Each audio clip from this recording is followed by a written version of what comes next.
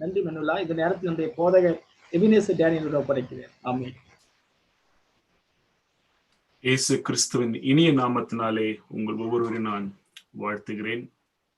இந்த நாளிலும் தேவனுடைய செய்தியை கொடுக்கும்படியாக இந்த வாய்ப்பினை கொடுத்த தேவனுக்கு நான் நன்றியை தெரிவித்துக் கொள்கிறேன். இந்த கூட்டங்களை ஆயத்தப்படுத்தி இந்த கூட்டங்களை மிகவும் நேர்த்தியாக நடத்தி கொண்டிருக்கிற அருமையான தேவ பிள்ளைகளை நான் வாழ்த்துகிறேன்.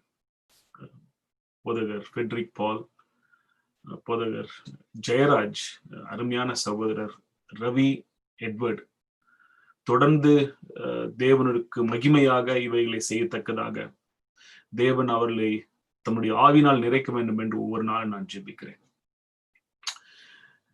இந்த நாளிலும் எனக்கு கொடுக்கப்பட்டிருக்கக்கூடிய இந்த தலைப்பு சிலுவையை உயர்த்துங்கள், லிஃப்ட் த கிராஸ். கலாத்தியருக்கு எழுதின நிருபம் 6ஆம் அதிகாரம் வாக்கியம் 14.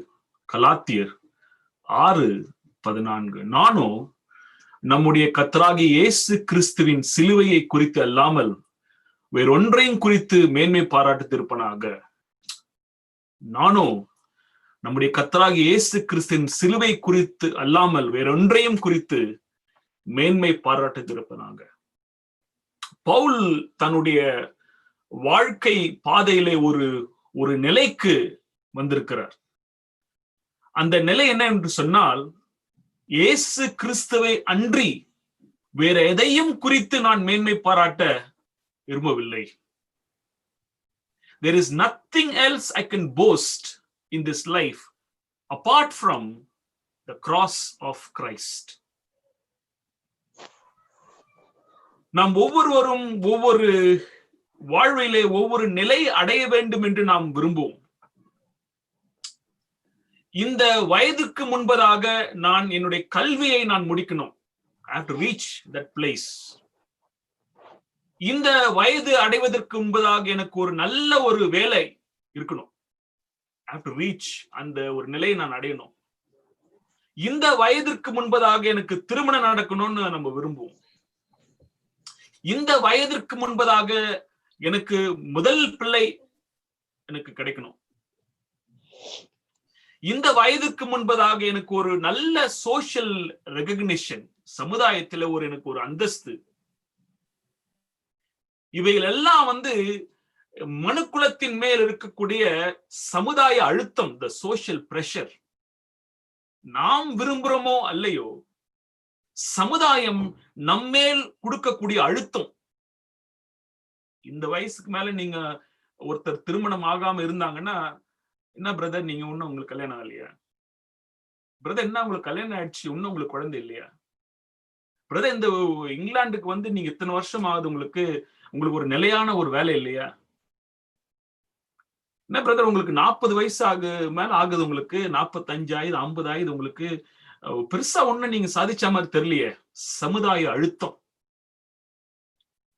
அந்த சமுதாயத்தின் அழுத்தத்தின் நிமித்தமாக நாம் எல்லோரும் நம்முடைய சாதனையின் மேல் ஒரு ஒரு ஒரு பெருமிதம், bright.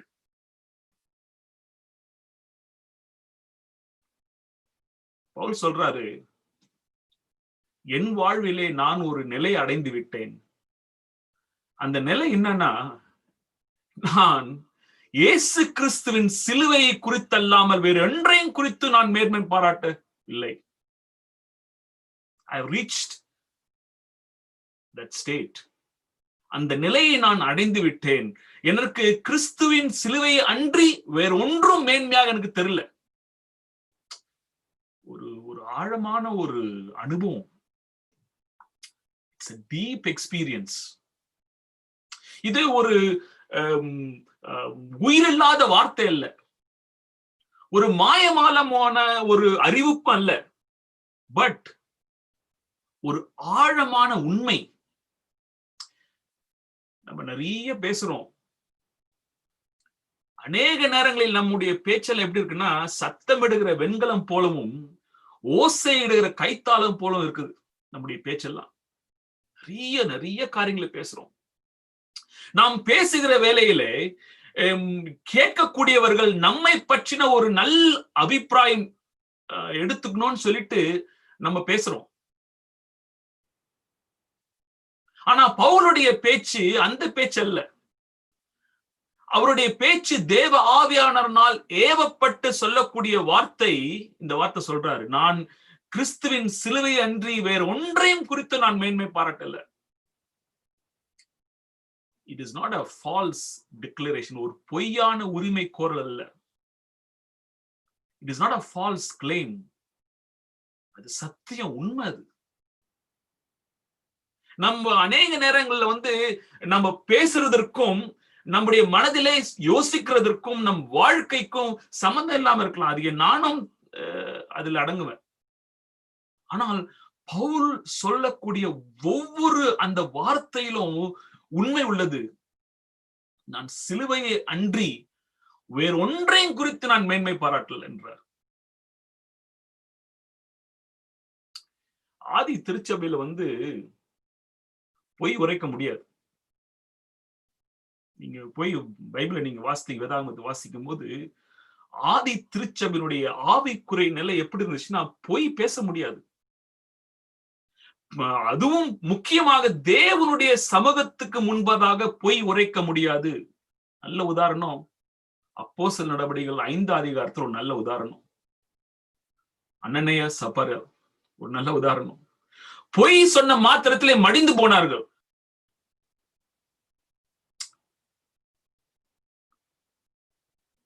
Paul was not making a false claim. Paul பொய் சொல்லாங்க. ஒரு மாயமான வார்த்தை சொல்ல பவுல் அங்க.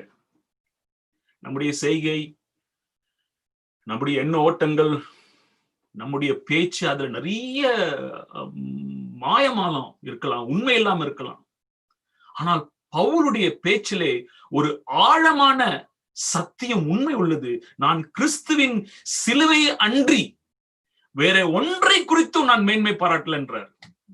I have nothing to boast apart from the cross of Christ.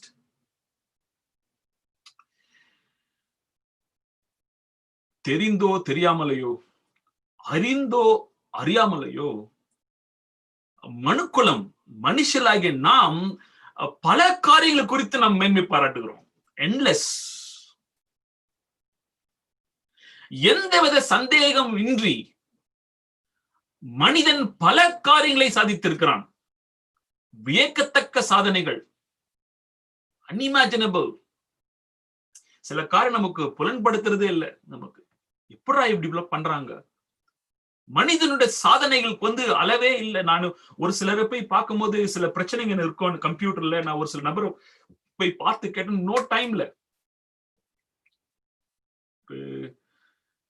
ஒரு 6 மாதத்துக்கு முன்பதாக இந்த லாக்டவுன் ஆரம்பிக்கிறதுக்கு முன்னாடி என்னுடைய லேப்டாப்ல கம்ப்ளீட் கிராஷ்.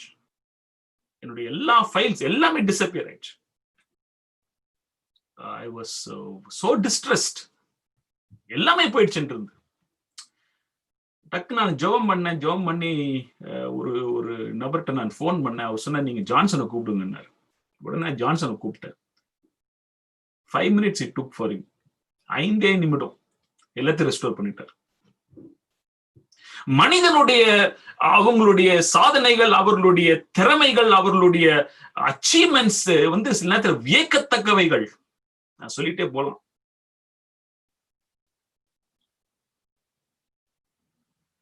ஃபெட்ரிக் பால், என்னுடைய ஞாபகம்லாம் அவரை பத்தி ரொம்ப நேர்த்தியான ஆங்கிலத்துல பேசக்கூடிய நபர். அவ்வளவுதான் எனக்கு தெரியும் அவரை பத்தி. ஸ்பைசர் காலேஜில் இருக்கும்போது ப்ரொஃபவுண்ட் ஸ்பீக்கர். ஆனா இந்த வாரம் எனக்கு அசந்துட்டேன். அதில் ஒரு குறை இல்லாதபடி தமிழ்லயும் பேசுறாங்க. நான் இந்த செய்தியை கொடுக்கறதுக்கு நான் காலையில் 2 மணில இருந்து போராடிட்டு இருக்கிறேன்.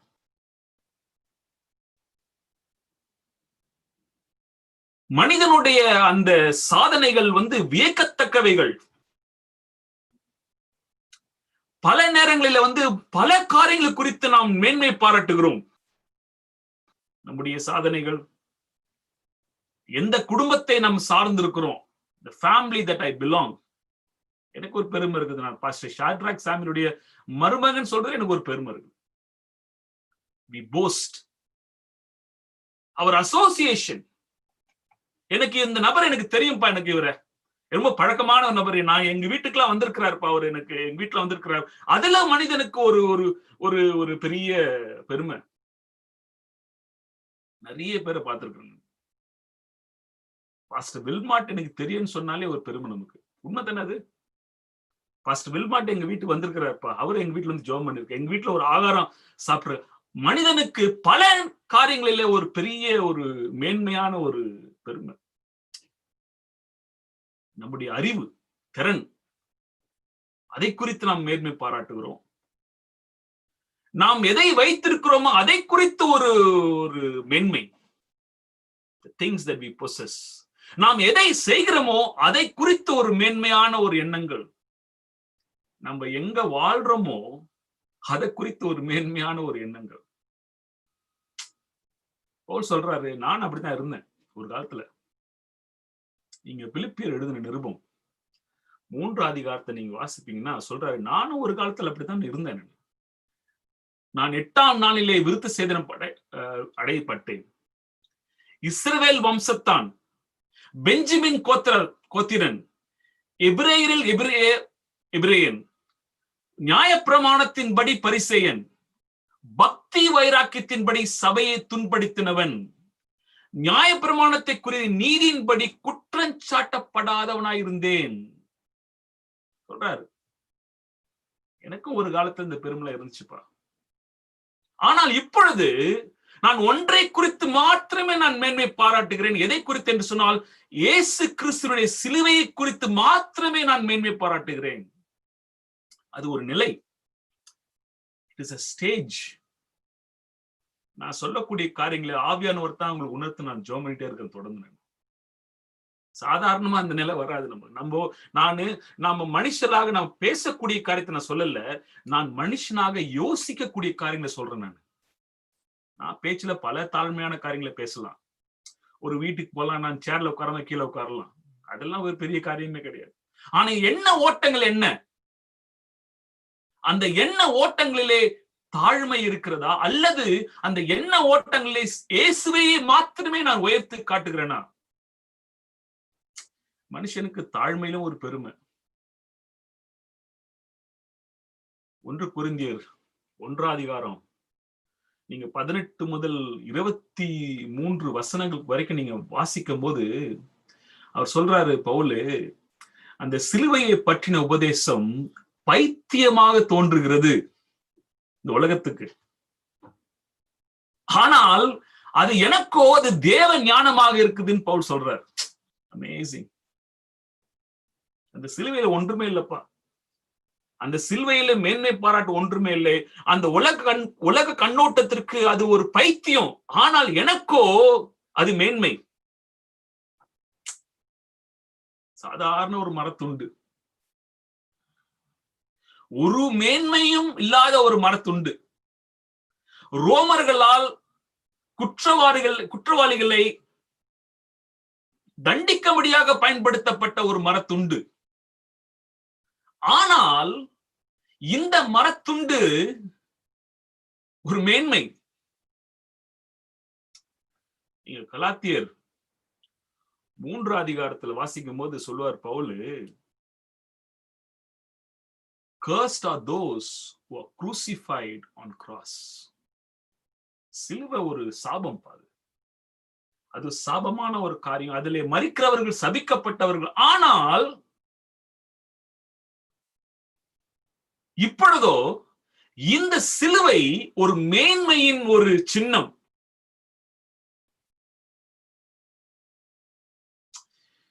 இந்த சிலுவை ஒரு 3 காரியத்தை ரெப்ரசன்ட் பண்ணுது.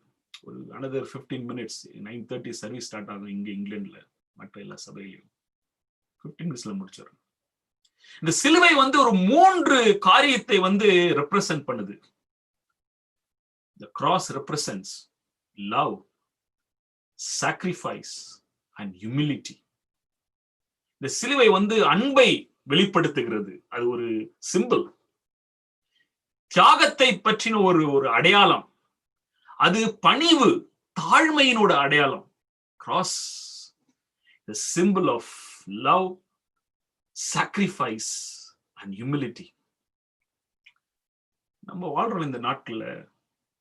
இன்றைக்கு இந்த வாழக்கூடிய இந்த 21வது நூற்றாண்டுல இதுக்கெல்லாம் மதிப்பே கிடையாது. உங்களுக்கு புரியுத சொல்றது நானு?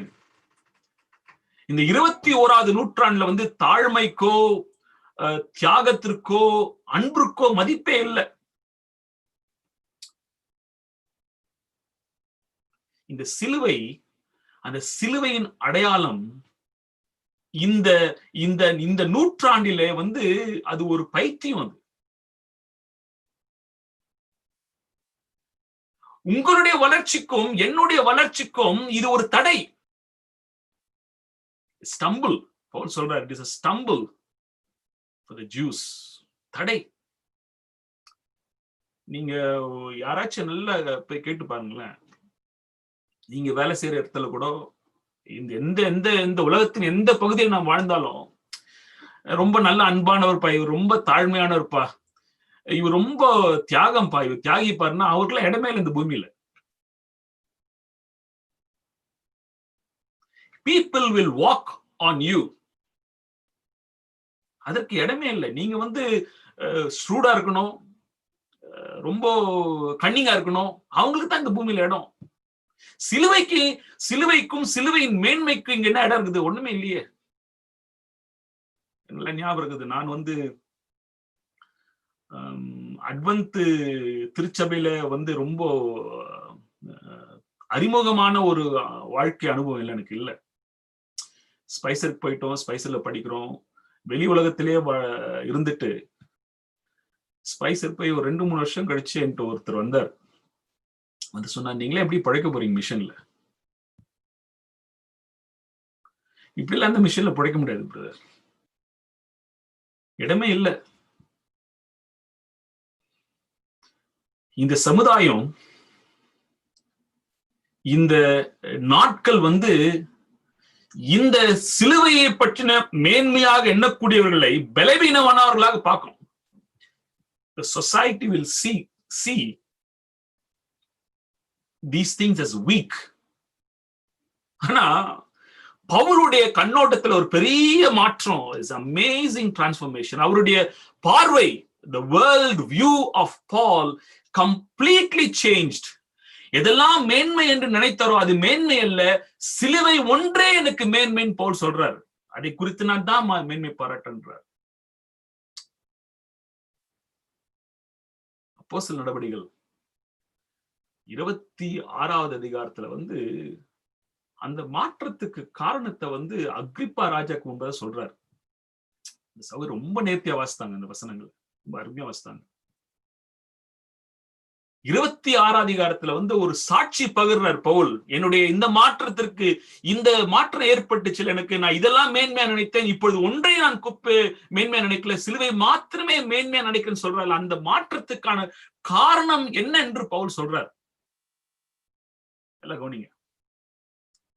அந்த சாட்சியினுடைய டெஸ்டிமனியில வரும்போது கடைசியா சொல்றாரு 19வது வசனத்துல, அப்போஸ்தலர் நடவடிக்கைகள் 26வது அதிகாரம் 19 சொல்ற, ஆகையால் அக்ரிப்பா ராஜாவே, நான் அந்த பரம தரிசனத்திற்கு கீழ்ப்படியான இருந்ததில்லை. நான் அந்த பரம தரிசனத்திற்கு கீழ்ப்படியாதவனாக இருந்ததில்லை. I never been disobedient to the divine vision.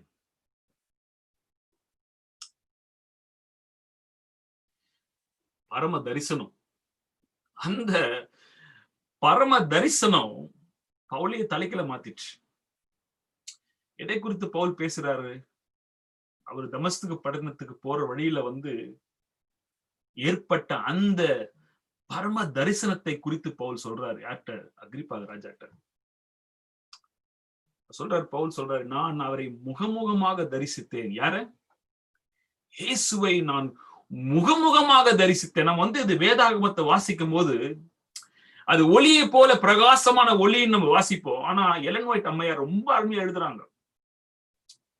Acts of அப்போஸ்தலர் புக்ல 115வது பக்கம் முதலாவது பேராகிராஃப்.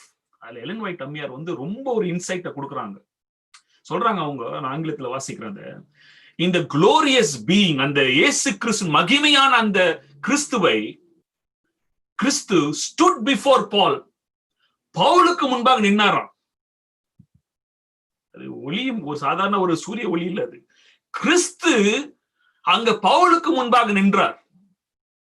அப்ப நின்ற அந்த கிறிஸ்துவை பவுல் எப்படி நம்ம பார்த்தாராம்?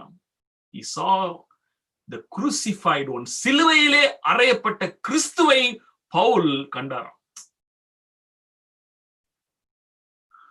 இயேசு கிறிஸ்து சிலுவையில் அறையும் போது பவுல் அங்க நிக்கல. ஆனால் அன்றைய தினத்திலே he saw the crucified one. இதுல கடைசி பக்கத்துல எழுதுறாங்க, அம்மையார் எழுதுறாங்க, the image of the Savior's countenance was imprinted forever in Paul. அந்த காட்சி பவுலுடைய மனதிலே ஆழமாக பதிந்து விட்டது. Something he saw and ever imprinted, அப்படியே அச்சு அடிச்ச மாதிரி அவர் மனதில் அந்த கிறிஸ்து, சிலுவையில் அறைந்த அந்த கிறிஸ்துடைய அந்த அந்த ரூபம் அப்படியே இம்ப்ரிண்ட் ஆயிடுச்சு. சொல்றாரு, அதற்கு பிறகு அந்த பரம தரிசனத்திற்கு நான் கீழ்ப்படியாமல் இருந்ததே இல்லை என்றார். that has changed him. சொல்றாரு பவுல் அக்ரிப்பாட்ட, நான் உங்களுக்கு முன்னாடி நிக்கிறேங்க, நான் ஸ்டாண்டிங் பிஃபோர் a trial. என்னை குறித்து பல காரியங்கள் நீங்க கேட்டிருப்பீங்க, accused of many things. நான் வந்து ஒரு கைதியை போல நிற்கிறேன். இந்த நிலைக்கும் எது காரணம்னா அந்த பரம தரிசனம். I want to tell in English. Even this trial I stand before you, it is because of the divine vision. அந்த பரம தரிசனத்தினால தான் நான் இந்த நிலையில் இருக்கிறேன்.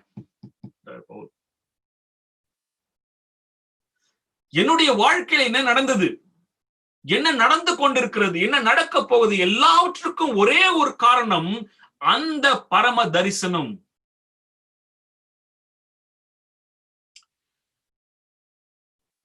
அக்ரிப்பா ராஜா வந்து யூத மார்க்கத்தை குறித்து நன்கு அறிந்த ஒரு நபர். அதாவது பவுல் வந்து ரொம்ப ஃப்ரீயா எடுத்து சொல்றாரு. உங்களுக்கு தெரியும், எல்லாமே தெரியும், நான் சொல்றதுக்கு ஒண்ணுமே இல்லை. நான் கண்ட காட்சி என்னை பாதித்தது, என்னை மாற்றினது. அந்த காட்சி நிமித்தமாக என்னுடைய கண்ணோட்டம் மாறினது. நான் அன்று முதல் ஒன்றை குறித்து நான் மேன்மை பாராட்டவில்லை, இயேசு கிறிஸ்துவின் சிலுவை குறித்து மாத்திரமே நான் மேன்மை பாராட்டுகிறேன். இந்த பாதிப்பை குறித்து பவுல் எழுதுறார். முதல் நாள்ல வந்து பாஸ்டர் ஜான் வில்மாட் ரொம்ப ஆழமா அதுல இருந்து சொன்னார். நீங்க போய் மறுபடியும் யூடியூப்ல போய் பார்க்கணும். நீங்க இந்த பாதிப்பு, இந்த பரம தரிசனத்தினுடைய பாதிப்பை குறித்து பவுல் வந்து பிலிப்பியர் 3 அதிகாரத்தில் எழுதுறார். He is sharing his experience there. அந்த பிலிப்பியர் நீங்க 3 அதிகாரத்தை வாசிக்கும் போது 3 உண்மைகளை பவுல் சொல்றார்.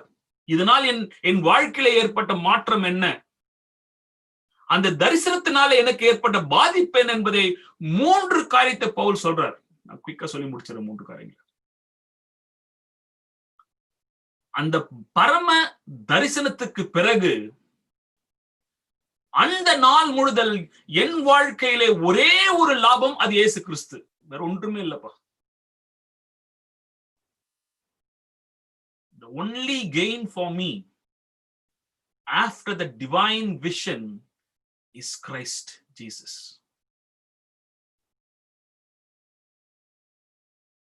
கிறிஸ்துவின் நிமித்தமாக மற்ற அனைத்தையும் நான் லாபமாக என்றதில்லை என்றார். லாஸ், வீண்.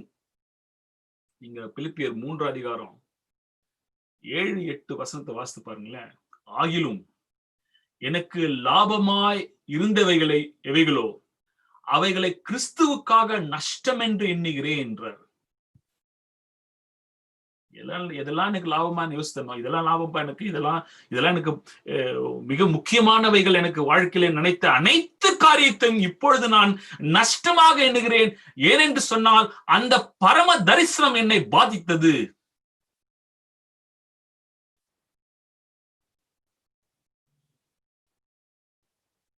அது மாத்திரமல்ல, என் கர்த்தராகிய இயேசு கிறிஸ்துவை அறிகிற அறிவின் மேன்மைக்காக எல்லாவற்றையும் நஷ்டம் என்று எண்ணி கொண்டிருக்கிறேன். எவ்வளவு ஆழமான ஒரு உண்மை. இயேசு கிறிஸ்துவை அறிகிற அறிவுக்காக எல்லாவற்றையும் குப்பை என்றார்.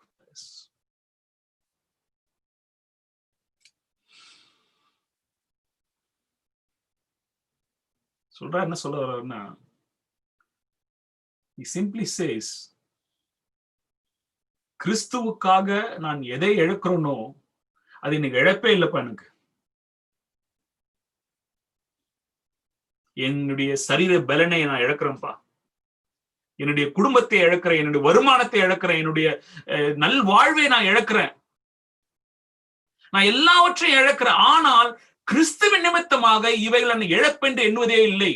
அது அந்த நிலைக்கு நம்ம எப்படிதான் வருவோமோ தெரியல எனக்கு. For Christ's sake, I count every loss as gain. ஒரு சில இழப்புகள் நம்மளை அப்படியே பாதிக்குது. அதுல இருந்து ரிகவர் ஆறதே இல்லை நம்ம. ஆனா பவுல் சொல்றாரு, நான் கிறிஸ்துவுக்காக இழக்கிற அனைத்தையும் நான் லாபமாக எண்ணுகிறேன்றார். இரண்டாவது பாதிப்பு, அந்த பரம தரிசனத்திற்கு பிறகு அவர் மேல் ஏற்பட்ட இரண்டாவது பாதிப்பு என்ன சொல்றேன்னா, என்னுடைய இறுதி வெகுமதி இந்த வாழ்வில், என்னுடைய இந்த வாழ்விலே, நான் வாழக்கூடிய இந்த வாழ்க்கையிலே, என் வாழ்க்கையினுடைய ஓட்டத்தின் முடிவிலே நான் பெறக்கூடிய இறுதி வெகுமதி இயேசு கிறிஸ்து. இந்த வாழ்க்கையிலே மாத்திரம் அல்ல, இந்த வாழ்க்கையினுடைய முடிவிலும் நான் பெறக்கூடிய கடைசி வெகுமதி இயேசு கிறிஸ்து. அந்த வெகுமதிக்காக நான் ஓடிக்கொண்டிருக்கிறேன். இந்த வாழ்க்கை ஒரு ஓட்டம். பிறந்து வளர்ந்து ஓடிக்கொண்டே இருக்கிறோம்.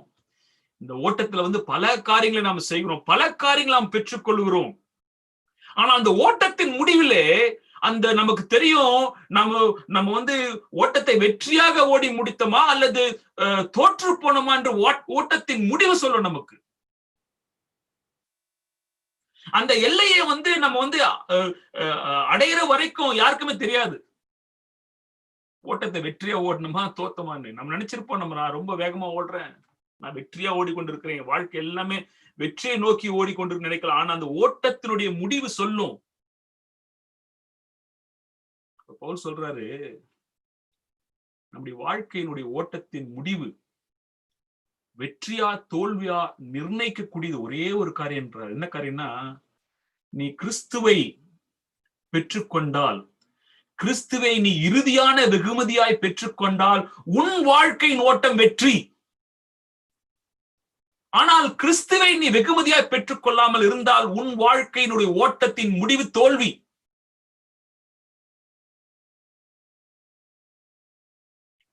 ஒரு 2-3 நாளுக்கு முன்பதாக என்னுடைய மாமா, ரொம்ப நெருங்கின ஒரு மனிதர், தாய் மாமன், என்னுடைய அம்மாவுடைய சகோதரர் நவராஜ் பூபாலன், என்னுடைய சகோதரி பென்னியோடைய மாமனார் இறந்து போனார். பல கஷ்டம் அவருக்கு, உடம்புல சரீர பலவீனங்கள். அந்த பலவீனத்திற்கெல்லாம் பிறகு அவர் மரித்து போன பிறகு அவருடைய முகத்திலே ஒரு அமைதல். ஏன் தெரியுமா? அந்த ஓட்டத்தை அவர் வெற்றியோடு முடித்தார். பவுல் சொல்றார், as long as I receive that end reward, I count that reward as a surpassing reward. எல்லாவற்றுக்கும் மேல மிஞ்சின ஒரு வெகுமதி என்னன்னா இயேசு கிறிஸ்து. சொல்றாரு, கிறிஸ்துவை தவிர்த்து நான் எல்லாவற்றையும் குப்பையாக நான் எண்ணுகிறேன். I don't count anything else, all rubbish. இன்னைக்கு அந்த பார்வை உங்களுக்கு வரணும், எனக்கு வரணும்னா உங்களுக்கு எனக்கும் பவுல் மாதிரி ஒரு பரம தரிசனம் வேணும். நமக்கு முன்பாக கிறிஸ்து நிக்கணும், நமக்கு காட்சி தரணும். சிலுவையில் அறையப்பட்ட அந்த கிறிஸ்து அந்த காட்சியை பார்த்த மாத்திரத்திலே உங்களுக்கு எனக்கு ஒரு மாற்றம் ஏற்படுகிறது. அந்த மாற்றத்துக்கு பிறகு நம்ம சொல்லுவோம், என்னுடைய வாழ்க்கையினுடைய முடிவினுடைய லாபம் ஒன்றே ஒன்று தான், இயேசு கிறிஸ்து. இந்த 70-80 ஆண்டுகள் இந்த பூமியில வாழ்றோமே, நாங்க இங்கிலாந்துல இருக்கக்கூடிய பாதி பேரு நாங்க we are in our late 40s 50 சொல்லோட பயமா இருக்குது எங்களுக்கு. நாங்க கொஞ்சம் கலர்லாம் அடிச்சு கொஞ்சம் எங்க காட்டிக்கிறோங்களே. நாங்க ரொம்ப சொற்ப நாட்கள் தான் எங்களுக்கு இருக்குது. இந்த சொற்ப நாட்கள்ல நாங்க பெயர், புகழ், நல்வாழ்க்கை இவையெல்லாம் பின்னாடி ஓடிட்டு இருக்கிறோம். பவுல் சொல்றாரு, இதெல்லாம் பின்னாடி ஓடுறீங்களே, இதற்கு எல்லாவற்றுக்கும் மேலான ஒரு மகத்துவம் உள்ளது, இவைகள் எல்லாவற்றுக்கும் மேலான மிஞ்சின ஒரு மகத்துவம் உள்ளது, அது இயேசு கிறிஸ்து. நீங்க நம்ம பின்னாடி ஓடிட்டு இருக்கிறோமே, இதெல்லாம் பின்னாடி ஓடுறோம்ல, இவையெல்லாம் ஒன்றும் இல்லை. இவைகள் ஒன்றும் உங்களுக்கு வாழ்க்கையில ஒரு திருப்தியை கொடுக்காது. உங்களுக்கு ஒன்றே ஒன்று கொடுக்க உங்களுக்கு, அது என்னன்னா இயேசு கிறிஸ்து. நாங்க ஒரு சிறு கூட்டம் தான் இருக்கிறோம். அதிகமான ஒரு நபர்கள் நீங்க இந்தியால எங்களை பார்த்துட்டு இருக்கிறீங்க. எங்களை பார்த்து நீங்க பொறாமப்படாதீங்க, நாங்க உங்களை பார்த்து பொறாமப்பட்டு இருக்கிறோம். நாங்கள் எதை இழந்தோம் என்பது தேவன் அறிவார். போராட்டம் வாழ்க்கை. ஒன்று மாத்திரமே நமக்கு நிறைவை தருகிறது இந்த வாழ்விலே. வாழ்வின் முடிவிலே நமக்கு நிம்மதி கொடுக்கக்கூடிய ஒரே ஒரு காரியம், அந்த பரம பங்கு இயேசு கிறிஸ்து. அவரை நான் பெற்றுக்கொண்டேன் என்று சொன்னால், அவரை பெற்றுக்கொள்வதற்காக நான் ஓடுவேன் என்று சொன்னால், என் ஜீவியம் அது வெற்றியுள்ள ஜீவியம், அது வெற்றியோடு முடியும். இன்றைக்கு நான் கிறிஸ்துவை பெற்றுக்கொண்ட பிறகு அதற்கு மேல ஒரு வேல்யூ இல்லை. எனக்கு எப்படி தமிழ்ல சரியா சொல்றதுன்னு தெரியல. You can't add any more value to the value of Christ.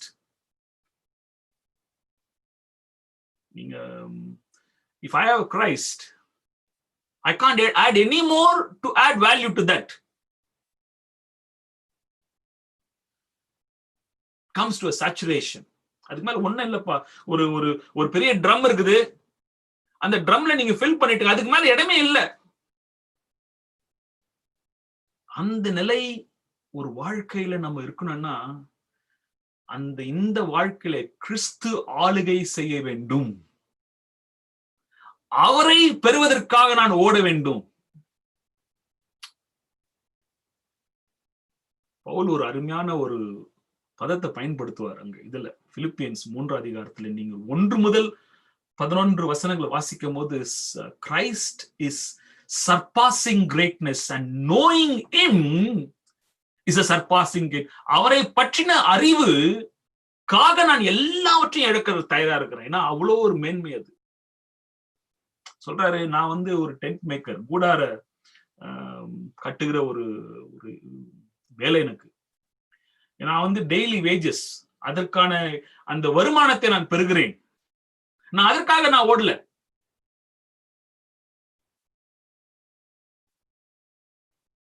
நான் அதற்காக நான் வாழல. நான் I live to know him. நாங்கெல்லாம் ஓடுறோம், நேரம் இரவு பகல் ஓடுறோம். நாங்கெல்லாம் எதற்கு ஓடுறோம்? வருமானத்துக்காக ஓடுறோம். அந்த வருமானத்திற்கு மேல ஒண்ணு இருக்குது, அது என்னன்னா அவரை பற்றின அறிவு.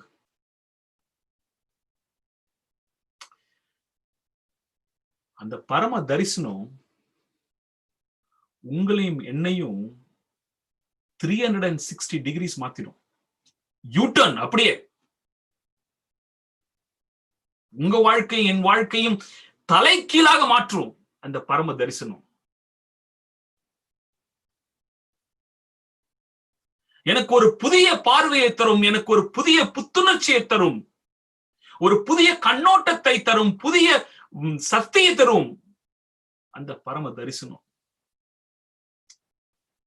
இன்றைக்கு முத்தான சத்தியம், எவ்வளோ சத்தியம், நமக்கு நேரம் இல்லை ஆக்சுவலா கேட்கறதுக்கு. அவ்வளோ சத்தியம் கேட்கிறோம். இந்த வாரம் முழுதும் போதகர் பாஸ்டர் வில்மாட் தொடங்கி அதற்கு பிறகு வந்து pastor Daskumar, pastor John Paul Wilmot, அதுக்கப்புறம் pastor John Melki, pastor Fredrick Paul. Pastor Fredrick Paul நேத்துல பேசின செர்மனா நான் 3-4 முறை கேட்க வேண்டியதாயிடுச்சு. அவ்வளவு ஒவ்வொரு லைன்லயும் ஒரு ஆழமான காரியம். அவ்வளவு சக்தி நம்ம கேட்கிறோம். ஆனா ஒன்று தான் நம்மளை மாற்றும், அந்த பரம தரிசனம் தான் நம்மளை மாற்றும்.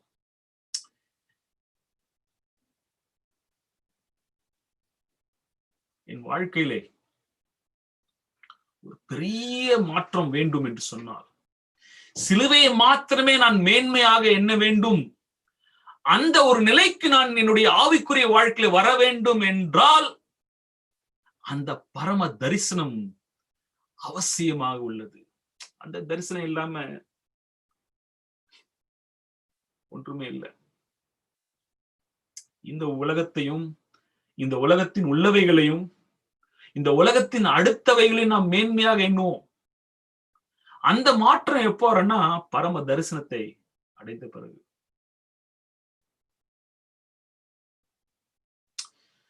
அந்த பரம தரிசனத்தை கண்ட பிறகு இந்த போரிங் லைஃப் இருக்குல்ல, இந்த லைஃப் ரொம்ப போரிங் நினைச்சிட்டு இருக்கிறோம், நம்ம ரொம்ப ரொம்ப எக்ஸைட்டிங்கா இருக்கிறோம்னு சொல்லிட்டு.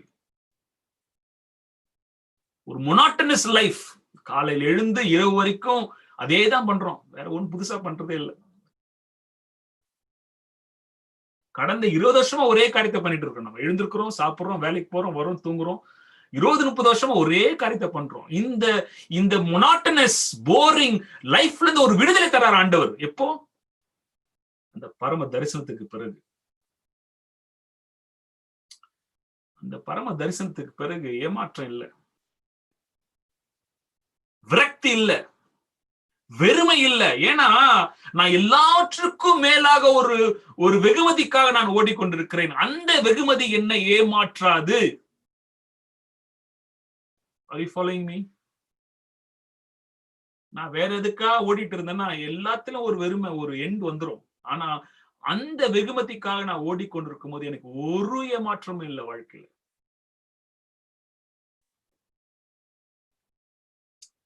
இன்றைக்கு நாம் வாழக்கூடிய நாட்கள நாளைய தினம் நமக்கு எப்படி இருக்குன்னு யாருக்குமே தெரியாது. அது ஒரு பெரிய உண்மை. அந்த உண்மையை ஆண்டவர் நம்முடைய கண்களுக்கு முன்பாக எடுத்து வந்திருக்கிறார். நம்ம உணரல. நம்ம இத்தனை வருஷமா நான் உணரல, நீங்க உணர்ந்து தெரியல, நான் உணரல. நாளைக்கு நம்முடைய வாழ்க்கை எப்படி இருக்கும்? வேலை இருக்குமா நமக்கு? இல்ல நம்ம நல்ல சுகத்தோடு இருப்போமா?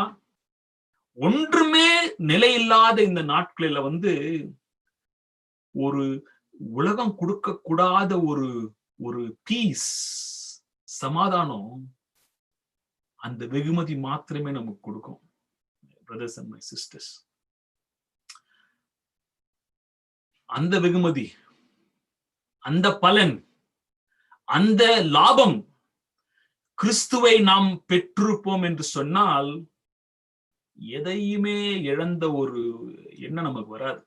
எல்லாத்தையும் இழப்போம், ஆனாலும் சந்தோஷமா இருப்போம். நம்ம எல்லாத்தையும் இழப்போம், ஆனாலும் சந்தோஷமா இருப்போம். ஏன்னா எனக்கு அந்த பரம தரிசனத்துக்கு பிறகு கிறிஸ்துவை நான் பெற்றுக்கொண்டேன். ஒரு சின்ன உதாரணம் சொல்றேன். என்னுடைய பேங்க்ல ஒரு 1 மில்லியன் பவுண்ட்ஸ் இருக்கு. என்கிட்ட இல்ல, ஆக்சுவலா உண்மைதான். என் பேங்க்ல அக்கௌண்ட்ல 1 மில்லியன் பவுண்ட்ஸ் இருந்துச்சுன்னா நான் வெளியே போகும்போது ஒரு 100 பவுண்டர் தொலைச்சு நான் கவலைப்பட மாட்டேன். There's nothing for me.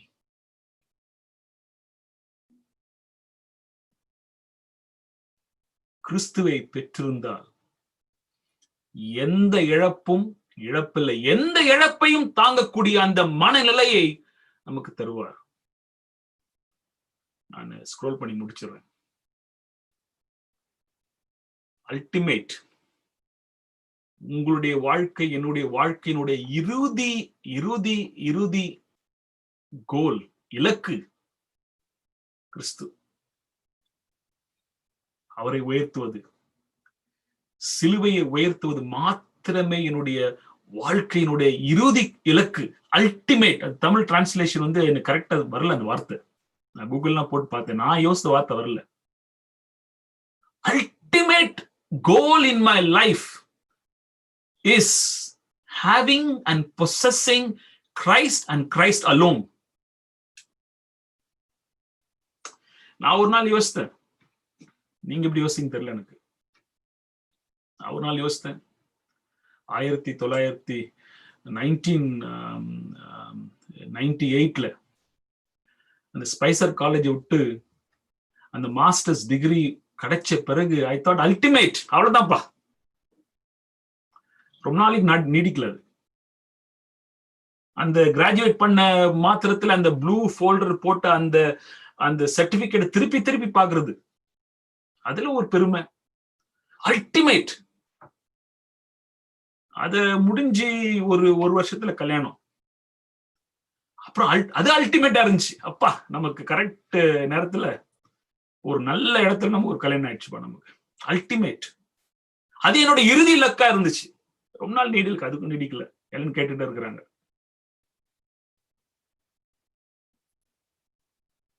திருமணம் முடிஞ்சு ஃபர்ஸ்ட் ஆனிவர்சரி செலிப்ரேட் பண்றதுக்கு முன்னாடி ஃபர்ஸ்ட் சைல்டு, அல்டிமேட்.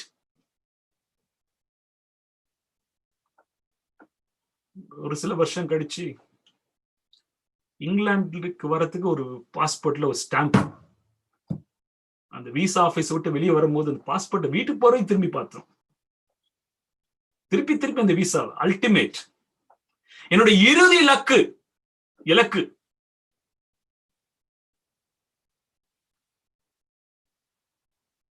இங்க வந்த பிறகுதான் தெரிஞ்சு எங்களுக்கு பெர்மனன்ட் ரெசிடென்ஸ். இப்போ ஒரு ஒரு 10 வருஷத்துக்கு முன்னாடி எங்களுடைய ப்ளூ பாஸ்போர்ட் மாறி எங்களுக்கு ரெட் பாஸ்போர்ட். அந்த ரெட் பாஸ்போர்ட்ல ஒரு அல்டிமேட். எங்க கையில எங்களுக்கு ரெட் பாஸ்போர்ட் இருக்கு. எங்களுக்கு நான் விரும்பின ஊழியத்துல ஒரு வாய்ப்பு, அல்டிமேட். இறுதி இலக்கு. வேலை மாத்திரம் கிடைக்கல, வேலையில ஒரு நல்ல ஒரு ரெகக்னிஷன், அதுல ஒரு யோசனை, அல்டிமேட். ஆனா பவுல் சொல்றாரு, இவைகளெல்லாம் குப்பப்பா.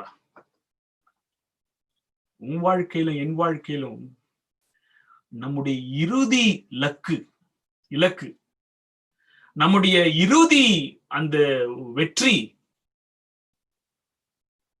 இயேசுவை அடைவதே.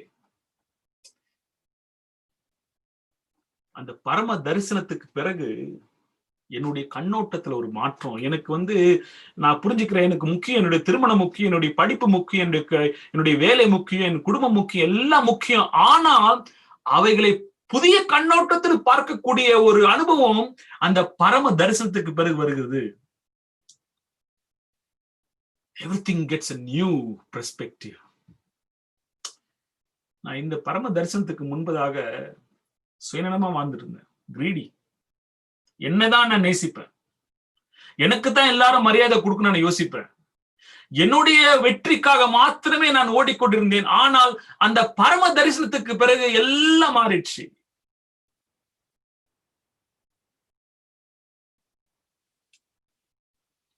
என்னுடைய இருதயத்தை ஒரு புதிய ஆளுகை, கிறிஸ்துவின் பண்புகள், அவருடைய ராஜ்யத்துக்கு அடுத்த காரியங்கள் என்னை ஆளுகை செலுத்த ஆரம்பித்து விட்டது. ஆண்டவர் நம்மள்ட்ட எதையும் எடுத்துக்கிறது இல்லை, நம்முடைய குடும்பத்தையோ நம்முடைய வேலையோ எதுவும் எடுக்கிறது இல்லை. ஆனால் அவைகளை பரிசுத்தப்படுத்தி நமக்கு திருப்பி தர்றார் ஆண்டவர்.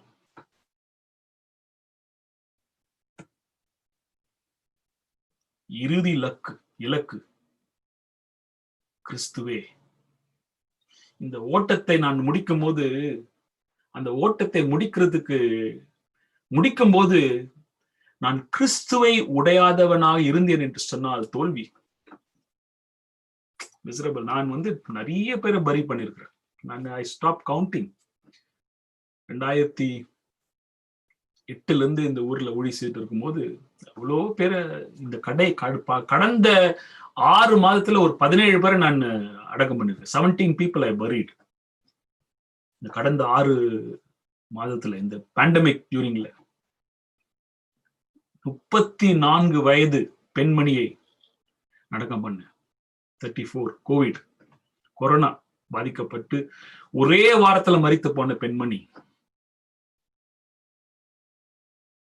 நல்ல வேலை எல்லாமே. நம்முடைய வாழ்க்கை முடியும் போது நம்ம ஓட்டத்தை எப்படி முடிக்க போறோம்? கிறிஸ்துவை உடையவர்களாக, கிறிஸ்துவை உயர்த்தினவர்களாக, கிறிஸ்துவனுடைய சிலுவையை உயர்த்தினவர்களாக நம்ம முடிப்போமா, அல்லது கிறிஸ்துவை இழந்தவர்களாக முடிப்போமா? அது நிர்ணயிக்க நம்முடைய வெற்றி தோல்வியை. 1936 ஆண்டு ஒலிம்பிக்ஸ், பெர்லின்ல ஒலிம்பிக்ஸ், அந்த ஹைட்ஸ் ஆஃப் ஹிட்லர்ஸ் க்ளோரி, ஹிட்லருடைய அந்த பிரைட், அந்த பெருமை அப்படியே இருக்குது. ஆனா அவை எல்லாவற்றையும் ஒரு பிளாக் அமெரிக்கன் ஜெசி ஓவன்ஸ் தவிடுபடியாக்கினார். 4 கோல்ட் மெடல்ஸ். ஹிட்லருக்கு பார்க்க முடியல. ஒரு black American destroying all the athletic meets, winning 4 gold medals and world records. அப்படியே ஓல் ஜெர்மனே அப்படியே அவமானத்திலையும் தாங்க முடியாத ஒரு வலி. ஆனாங்க ஒரே ஒரு ஈவெண்ட்காக காத்திருந்தாங்க. ஒரே ஒரு ஈவெண்ட். அவங்களுக்கு தெரியும் அந்த ஈவெண்ட்ல யாருமே அவங்கள வெற்றி கொள்ள முடியாது. என்ன ஈவெண்ட்னா the women relay, the final event. அந்த விமன் ரிலேல ஃபைனல் ஈவெண்ட்ல நிச்சயம் ஜெர்மன் பெண்மணிகளை வெற்றி சிறக்கிறது யாருமே இல்லை, நல்லா தெரியும். The whole Colosseum was waiting to cheer the crowd. They knew in Berlin German is going to win. எல்லாம் காத்துட்டு இருக்கிறாங்க. ஹிட்லர் அங்க இருக்கிறாங்க. கேம் அந்த ஈவென்ட் ஸ்டார்ட் ஆகுது. German from the start in the lead. பக்கம் கூட இல்ல. அடுத்த ஆட்கள் French was the one who was coming behind. நெருங்க கூட முடியல. The last step, the last person அந்த ஜெர்மன் டீம்ல இந்த பேட்டனை பாஸ் பண்றாங்க. அந்த பேட்டனை பாஸ் பண்ணும்போது டிராப் பண்ணிட்டாங்க பேட்டனை. The French took over the German and the German lost the event. அடுத்த நாள் French newspaper தலைப்பு வருது.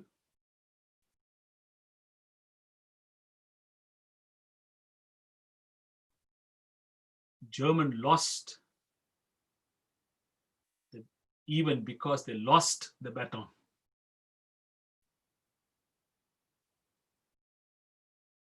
சின்ன ஸ்டிக் தான் அது, பேட்டன். அது இல்லாம ஓடி என்ன பிரயோஜனம்? அந்த கடைசி லேடி ஓடுறாங்க, ஓடிட்டு இருக்காங்க, எல்லை அடையறாங்க. What is the point of reaching if you have dropped the baton? புரிய சொல்றது நான் உங்களுக்கு. ஓடுறமே, வேகமா ஓடுறமே, நம்ம இந்த எல்லையை நோக்கி ஓடிட்டு இருக்கிறோம். நமக்கு சில கோல்ஸ் இருக்கு லைஃப்ல, ஒரு இலக்கு நமக்கு இருக்குது. இலக்கை நோக்கி நான் ஓடிக்கொண்டிருக்கிறோம். ஓடுறமே, திரும்பி பாருங்க, கையில பேட்டன் இருக்குதாங்க. அதை விட்டுட்டு ஓடுறீங்களா? கிறிஸ்து இல்லாமல் நாம் என்ன வேகமா ஓடினாலும் தோல்வி. ஒரு அருமையான ஒரு இங்கிலீஷ் பாட்டு, என்னுடைய ஃபேவரட் சாங், பியூட்டிஃபுல் சாங். அதுல ஒரு வரி எனக்கு ரொம்ப மனசு அப்படியே பாதிச்ச வரிகள் எனக்கு. Lord, I want you more than gold and silver. Only you can satisfy. You alone are the real joy giver and apple of my eye. ஆண்டவரே, பொன்னும் வெள்ளி என்னை திருப்திப்படுத்தாது. என் மன மகிழ்ச்சி நீர் மாத்திரமே ஆண்டவரே. அருமையான தேவ பிள்ளைகளே, பல சத்தியங்களை நம்ம கேட்கிறோம். அந்த சத்தியம் நம்ம பாதிச்சிருக்குதா? நாம் யோசிக்கிறதுக்கும் நாம் சொல்றதுக்கும் நம்ம வாழ்க்கைக்கும் சம்பந்தம் இருக்குதா?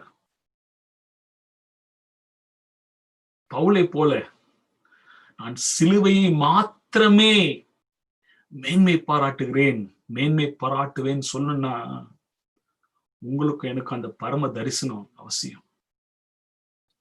சிலுவையில் அறைந்த கிறிஸ்துவை முகமுகமாக நாம் பார்க்க வேண்டும். அந்த அனுபவத்துக்கு பிறகு எல்லாவற்றையும் கிறிஸ்துவுக்காக நாம் குப்பையாக எண்ணுவோம். உங்களுடைய இலக்கு என்னுடைய இலக்கு ஒன்றே ஒன்றுதான் இருக்கும். கிறிஸ்து, கிறிஸ்து, கிறிஸ்து. ஆமென். ஆமென். ஆமென். நம்மளுடைய நல்ல ஒரு ஓய்வு நாளிலும் நம்ம நல்ல ஒரு ஆசீர்வாதமான ஒரு தேவ செய்தியை நாம் கேட்டோம். இந்த நேரத்தில் நம்முடைய போதகர் பாஸ்டர் டேனியல் அவர்களுக்கு நன்றிகளை தெரிவித்துக் கொள்கிறேன். நம்ம குழுவின் சார்பாக அவர் ஒரு கருத்து சொன்னாங்க. கிறிஸ்துவை வெகுமதியாக பெற்றுக்கொண்டால் உன் வாழ்க்கையில் ஓட்டம் வெற்றி. அதனால் நம்ம ஆண்டவனை வெகுமதியாக நாம் பெற்றுக்கொள்வோம், கிறிஸ்துவையே உயர்த்துவோம். தேவன் நம்ம எல்லோரும் ஆசீர்வதிப்பாராக. இப்பொழுது நாம் முடிவு பாடலுக்காக வந்திருக்கின்றோம். முடிவு பாடலை நம்ம மத்தியில் இருக்கிற ஜோஷ்வாயன் அவர்கள் ஏறெடுப்பார்கள். அதைத் தொடர்ந்து இந்த கூட்டத்தினுடைய முடிவு ஜபத்தை நம்ம மத்தியில் இருக்கிற பாஸ்டர் ஜெயராஜ் அவர்கள் ஏறெடுக்குமாறு அன்புடன் அழைக்கிறேன்.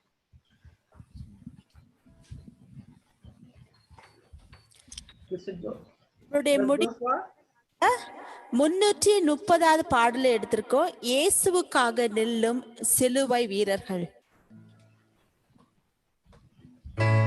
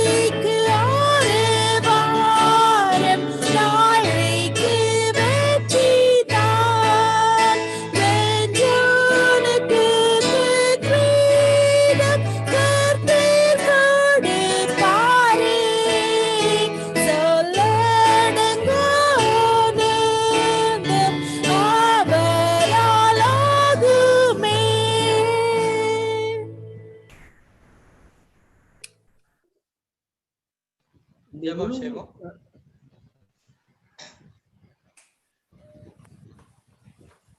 எங்களை நேசிக்கிற அன்பின் பரலோக பிதாவே, இந்த அருமையான மதிய வேளையில பரலோகத்தின் ஆண்டவர் இந்த ஓய்வு நாளிலே எங்களோடு கூட நீர் பேசினதற்காக நமக்கு நன்றி செலுத்துகிறோம். லாபமான அனைத்தையுமே கிறிஸ்துவுக்கு என்று குப்பையாக எண்ணினேன் என்று சொல்லி பவுலுடைய எல்லா மேன்மைகளும் ஒன்றுமில்லை, கிறிஸ்து மாத்திரமே என்னுடைய வாழ்க்கையுடைய மேன்மை என்று சொல்லி பவுலுடைய அனுபவத்தையும் தன்னுடைய வாழ்க்கையின் அனுபவங்களை கொண்டு நல்லதொரு பாடத்தை, நல்லதொரு ஆவிக்குரிய மன்னாவை இந்த நாளிலே நீர் தந்தீரே, அதற்காக நமக்கு ஸ்தோத்திரம் கர்த்தாவே. அன்றை நாங்கள் எத்தனையோ காரியங்களை குறித்து மேன்மை பாராட்டி கொண்டிருக்கிறோம். எங்களுடைய வேலைகளை, எங்களுடைய காரியங்கள் ஒவ்வொன்றை குறித்து நாங்கள் மேன்மை பாராட்டுகிறோம். அவைகளெல்லாம் ஒன்றுமில்லை, அவைகளெல்லாம் குப்பை, அவைகளெல்லாம் நஷ்டம் என்று பார்க்கிறோம் கர்த்தாவே. இதை நாங்கள் எங்களுடைய வாழ்க்கையிலே கிறிஸ்துவை மாத்திரமே உயர்த்தி பிடிக்கவும், அன்றைய கிறிஸ்துவோடு கூட மாத்திரமே நாங்கள் வாழும்படியாக கர்த்தர் எங்களுக்கு உதவி செய்யும்படியாக ஜெபிக்கிறோம். அன்றைய கடைசியாக சொன்னப்பட்ட அந்த சம்பவத்திலிருந்து இதோ கிறிஸ்து இல்லாமல் நாங்கள் ஓடிக்கொண்டிருப்போம் என்று சொன்னால் அன்றைய ஓடுவோம், ஆனால் எங்களுடைய வாழ்க்கையில வெற்றி இருக்காது. அன்றைய அப்படிப்பட்ட ஒரு ஓட்டம் எங்கள் வாழ்க்கைக்கு தேவையில்லை ஆண்டவரே. இன்றைக்கு அநேகர் அப்பா நாங்கள் கிறிஸ்து இல்லாமல் ஓடிக்கொண்டிருக்கிற ஓட்டமா தான் இருக்கிறது. கிறிஸ்துவை சேர்த்து கிறிஸ்துவோடு கூட ஓடக்கூடிய ஒரு அனுபவத்தை பரலோகத்தின் ஆண்டவர் இந்த நாளில் எங்களுக்கு தந்ததற்காக நன்றி அப்பா. தேவ செய்தி கொடுத்த மகனையும் அவருடைய குடும்பங்களையும் கர்த்தர் நீர் ஆசீர்வதியும். தேவரீர் இந்த நாளில் சத்தியத்தை கேட்ட ஒவ்வொரு பிள்ளைகளையும் கர்த்தர் நீர் பலப்படுத்தி, ஒருவேளை எங்களுடைய ஓட்டம் வெறுமனே இருக்குமானால் இன்றிலிருந்து கிறிஸ்துவோடு கூட சேர்ந்து நாங்கள் ஓடுவதற்கு கர்த்தாவே நீர் பலன் தாரும். இது அந்த கூட்டத்திலே வந்திருக்கிற பிள்ளைகள், அடரே பாரத்தோடு வந்திருக்கிற பிள்ளைகள், அடரே வியாதியோடு வேதனையோடு கஷ்டத்தோடு வந்திருக்கிற பிள்ளைகளுக்கு ஆண்டவரே உண்மை மாத்திரமே உயர்த்தி பிடிக்க வேண்டும் என்கிற அந்த அனுபவமானது அவங்களுடைய வாழ்க்கையில எல்லாவற்றையும் நிவர்த்தியாக்கி கர்த்தரை உயர்த்தி பிடிக்க பிள்ளைகளாக இருக்க உதவி செய்யும் ஆண்டவரே. பலவீனங்கள் சுகவீனங்கள் எல்லாவற்றையும் நீக்கி பலத்தையும் சுகத்தையும் தாரும். விசேஷமாக இந்த 5 நாள் கூட்டங்களை கர்த்தரை ஆசீர்வதித்திருப்பா. ஏதோ கூட்டங்களுக்கு சென்றோம் வந்தோம் சத்தியத்தை கேட்டோம் என்று இல்லாதபடிக்கு ஆண்டவரே நாங்கள் ஒவ்வொரு நாளும் உம்மை உயர்த்தி பிடித்து நாங்கள் வாழ்வதற்கு கர்த்தர் உதவி செய்யும்படியாய் அன்பு ஆண்டவர் அருமரட்சகர் இயேசுவின் நாமத்தில் ஜெபிக்கிறோம். எங்கள் ஜெபம் கேளும் நல்ல பிதாவே, ஆமென். என் ஆத்துமாவே கர்த்தரை ஸ்தோத்திரி, என் முழுவதுமே பரிசுத்த நாமத்தை ஸ்தோத்திரி. என் ஆத்துமாவே கர்த்தரை ஸ்தோத்திரி, அவர் செய்த சகல உபகாரங்களையும் மறவாதே. ஆமென். நம்முடைய கர்த்தராகிய இயேசு கிறிஸ்துவின் கிருபையும் பிதாவாகிய தேவனுடைய அன்பும் பரிசுத்த ஆவியுடைய அந்யோன்ய ஐக்கியமும் சிநேகமும் இன்றும் என்றும் சதா காலமும் நம்மோடு கூட இருப்பதாக. ஆமென்.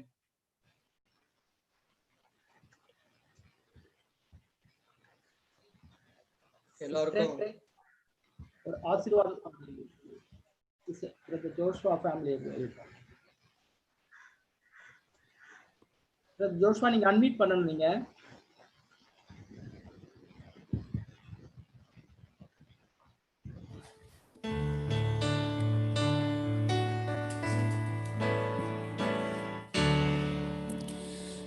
தேவ ஆசீர்வாதத்தோடு அடியாரை அனுப்பும், வார்த்தையனும் அப்பத்தாலே புஷித்து வாழ்த்திடும். இப்போதுமை தேடி வந்து மனதார போற்றிடும். நித்திய வாழ்வில் கழித்து உம்மை வாழ்த்தி தொழுவோம்.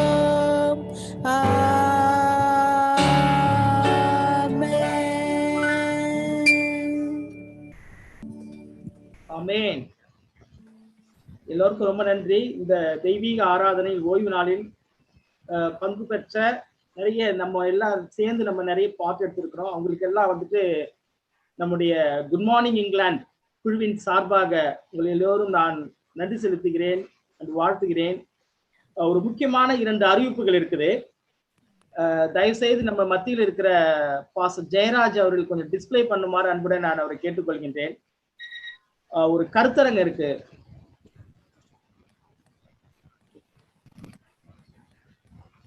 பாஸ்டர் ஜெயராஜ் அது கொஞ்சம் டிஸ்பிளே பண்ண முடியுங்களா ப்ளீஸ்? இதுல வந்துட்டு இந்த கருத்தரங்கு இருக்குதுல, இதுல இப்பெல்லாம் நம்ம பார்த்திருக்கிறோம்.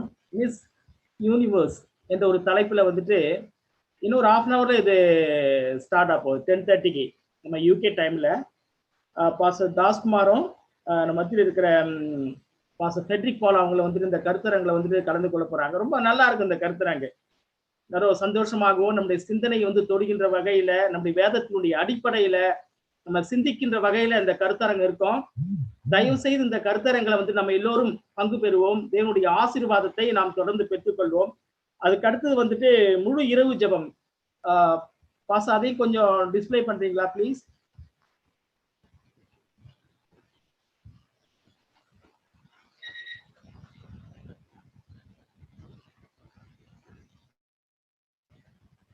நம்முடைய யூகே நேரப்படி 4:30க்கு இந்த நள்ளிரவு ஜெபம் இருக்குது.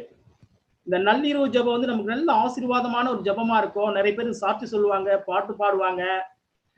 நிறைய செய்திகளை வந்து நம்ம தெரியாத செய்திகளை வந்து வேதத்தின் அடிப்படையில ஒரு மறைபொருள்களை வந்துட்டு நாம் தெரிந்து கொள்வதற்கு நல்ல ஒரு வாய்ப்பு இருக்குது. இதே தான் வந்துட்டு பாஸ்டர் தாஸ்குமாரும் பாஸ்டர் ஃபெட்ரிக் பாலும் இந்த நள்ளிரவு ஜெபத்துல கலந்துக்கிறாங்க. தயவு செய்து நாம் அதுல கலந்து கொள்வோம். தேவனுடைய ஆசீர்வாதத்தை நாம் பெற்றுக்கொள்வோம். ஆண்டவராக இயேசு கிறிஸ்து நம்ம எல்லோரும் ஆசீர்வதிப்பாராக. இந்த கூட்டத்தை வந்துட்டு ஏற்பாடு கொடுத்த அன்பு போதகர் ஃபெட்ரிக் பால் மற்றும் நம்முடைய பாஸ்டர் ஜெயராஜ் அவர்களும் சகோதரர் எட்வர்ட் அவர்களுக்கும் இந்த நேரத்தில் நம்முடைய குழுவின் சார்பாகவும் நம்முடைய இங்கிலாந்து மக்கள் சார்பாகவும் உங்களுக்கு மனமார்ந்த நன்றியை தெரிவித்துக் கொள்கிறேன். ஆண்டவராக இயேசு கிறிஸ்து நம் எல்லோரையும் ஆசீர்வதிப்பாராக. வந்திருக்கிற நிறைய நாட்டிலிருந்து நம்ம வந்திருக்கிறோம். இந்தியா மற்றும் அனைத்து நாட்டிலும் வந்திருக்கின்ற விசுவாச பிள்ளைகள் அனைவரையும் நான் உங்க குழுவின் சார்பாக நன்றியை தெரிவித்துக் கொள்கின்றேன். எல்லோருக்கும் வணக்கம். நம்ம இன்னொரு half அன் ஹவர்ல நம்ம வந்துட்டு இன்னொரு ப்ரோக்ராம் ஜாயின் பண்ணிப்போம்.